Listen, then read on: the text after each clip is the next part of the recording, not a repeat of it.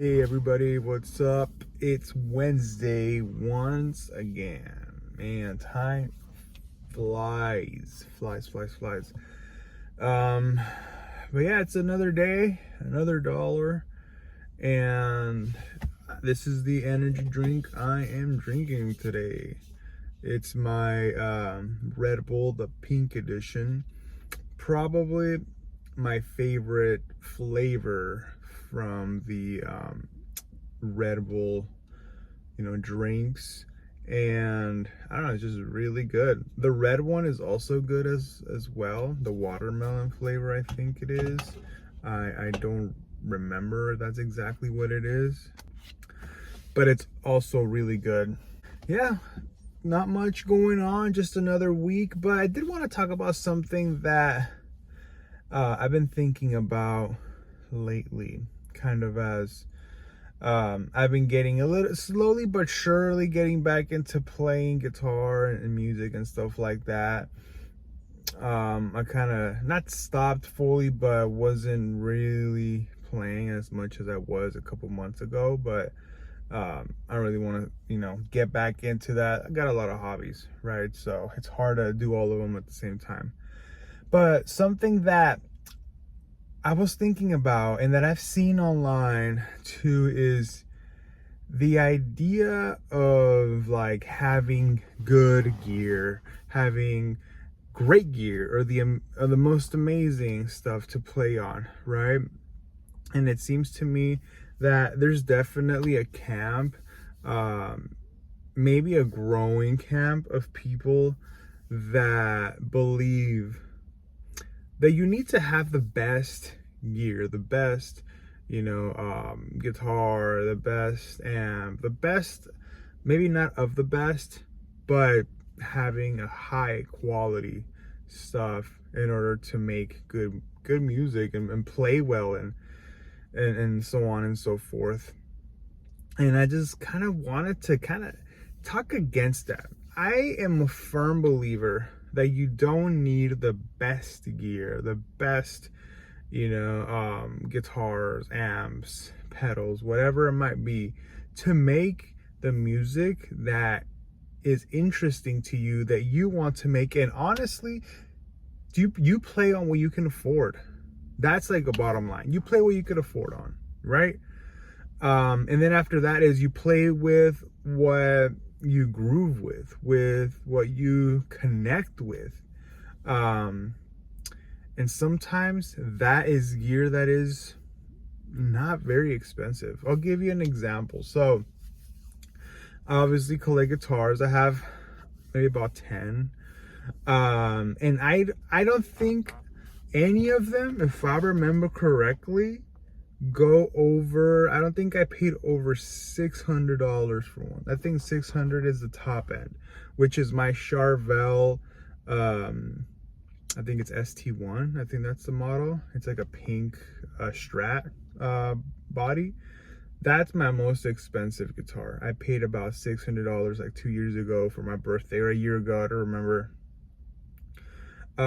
Which to a lot of people, that's like a mid-range guitar, right? But for me, I like the way it looks. It has Seymour Duncans. It has a Floyd, which I don't really use Floyd. I just really like the Strat body. And it's a Charvel, a made in Mexico Charvel. So it hits on every point that to me is what a good guitar is, right? And to some people, that might be like a mid-range guitar, right? And to them, it might not be really something worth playing on, or that it's like not high end enough to make good music or sound good, right? I'll give you another example. I have a Fernandez guitar. I don't remember the model, but it's kind of a combination of it's a super Strat basically. It's a combination of a Strat body with like an Ibanez RG body, right? So I suppose it kind of looks like an Ibanez AZ in a way, but it's definitely not that high spec. But I paid maybe like 140, 160 for it back in like 2020, 2021. And it's one of my best playing guitars. Like, the neck is amazing, like legitimately plays amazing. It's a kind of a flat neck, a bit wide, and it just plays. It's buttery, you know, the string tension is not super tight. I really love playing it. I recently started playing that one again. Tuning could be a little better. I need to change the tuners, but besides that, it's a really great playing guitar, right? And that's just on the guitar end, you know. You also want to talk about like amps and stuff.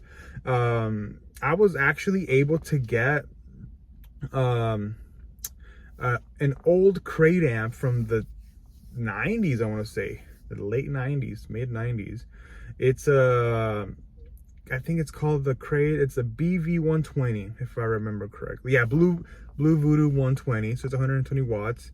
And it came with a 4x12 cabinet, right, with Celestians. I paid like $250 for that combo, basically. You know, the amp itself,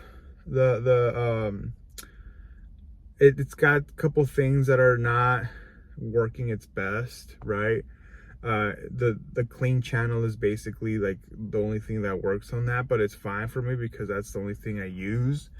And it sounds amazing. It sounds amazing. It's loud, it's powerful, the cleans are super clean, and when you distort it, you put it through like my effects pedal, the Boss ME80, through a 5150 pedal. It sounds great. So, you know, that just goes to show that a lot of and I'm not saying that having like high-end gear doesn't sound better. That's not the argument I'm making.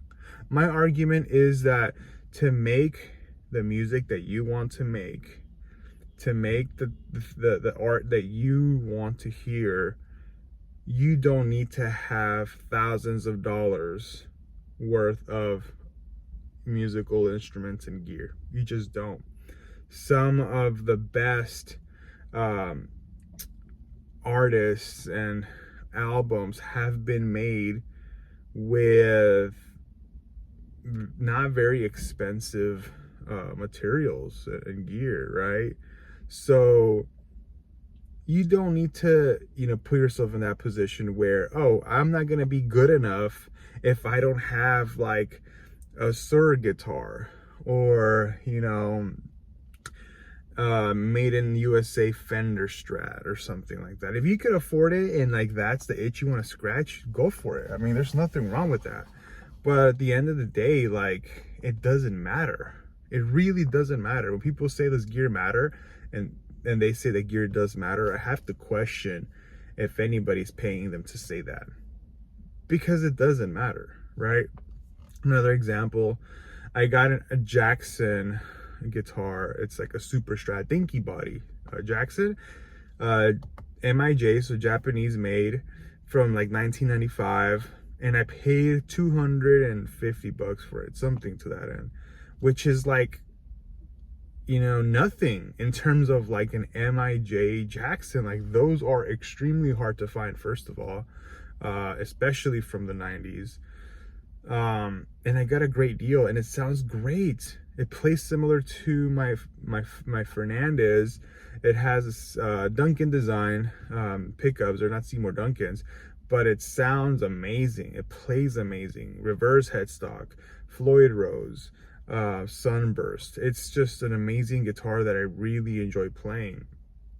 So, you know, for all the newer artists out there, you know, kids just getting into guitar, you don't need high-end, you know, gear. Even if you're a seasoned player, but you're just strapped with cash that you can't spend a whole lot of money. You know, I think you don't need to have, you know, like the quote unquote the best gear. You don't.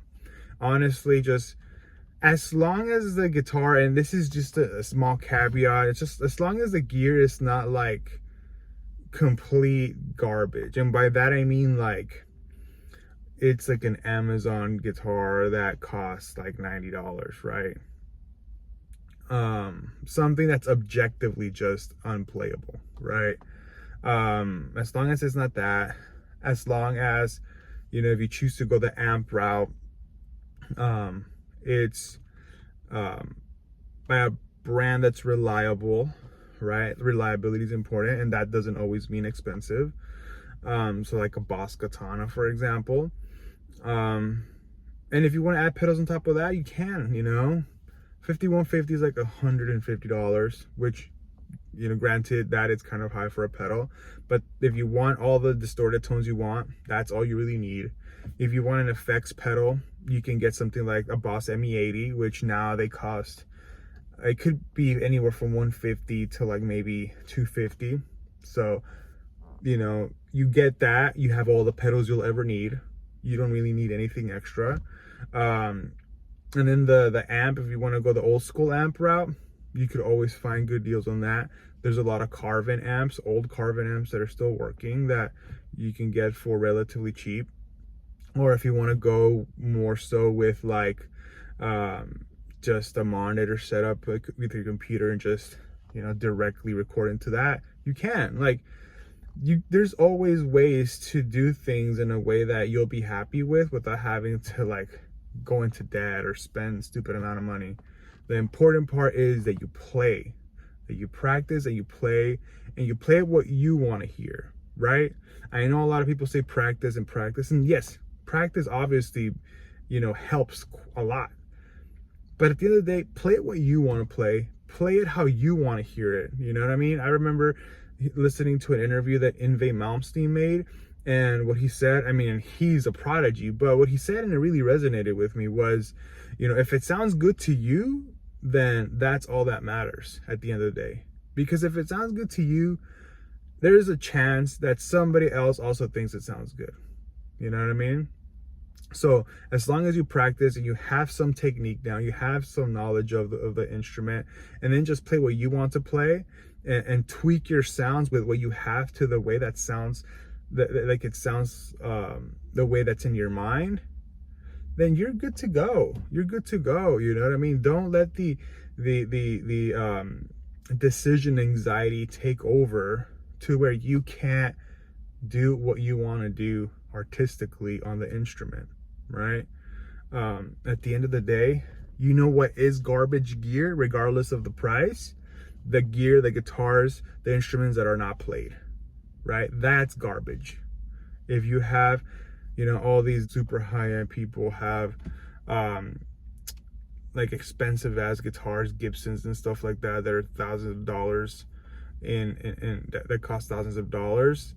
At the end of the day, they're garbage because they don't play them. So play your instruments, play how you want to play them, and enjoy it, right? That's all I wanted to say. Like, subscribe, and comment. Helps the channel out. All right? Take it easy.